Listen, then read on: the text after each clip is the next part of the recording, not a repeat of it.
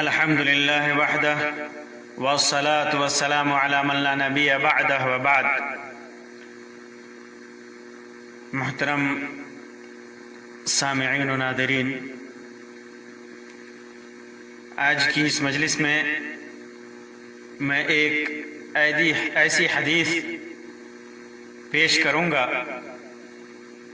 اور اس کی وضاحت کروں گا جس کے اندر اللہ کے رسول صلی اللہ علیہ وسلم نے علم اور ہدایت کی بہترین مثال بیان فرمائی ہے۔ وہ روایت صحیح بخاری اور صحیح مسلم کے اندر ہے،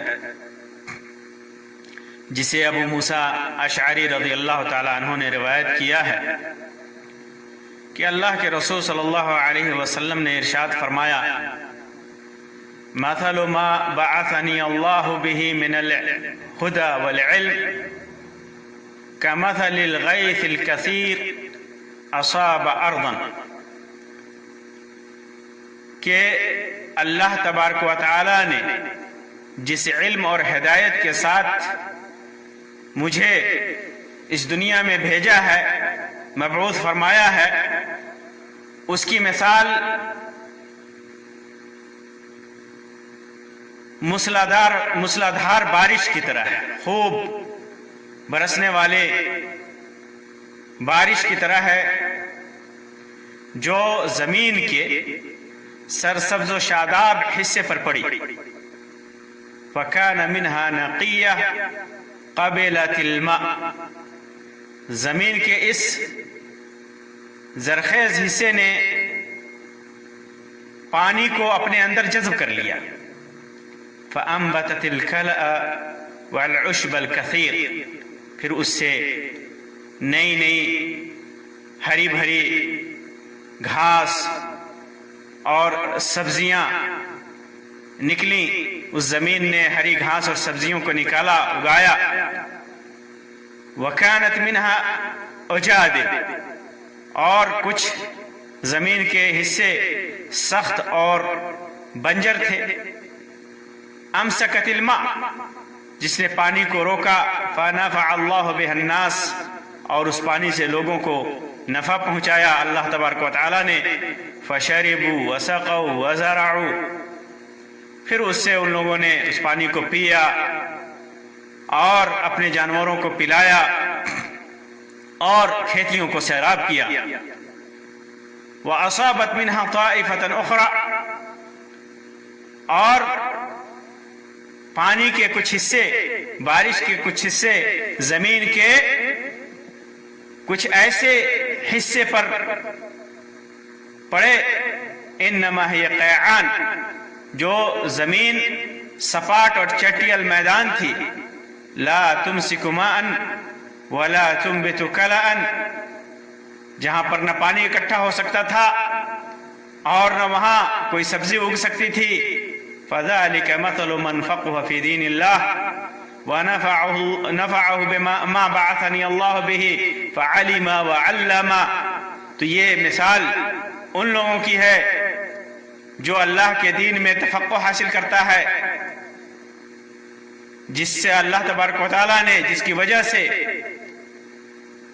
جو ہدایت دے کر کے مجھے بھیجا، اس سے وہ مستفید ہوتا ہے، فائدہ اٹھاتا ہے، اسے فائدہ پہنچتا ہے۔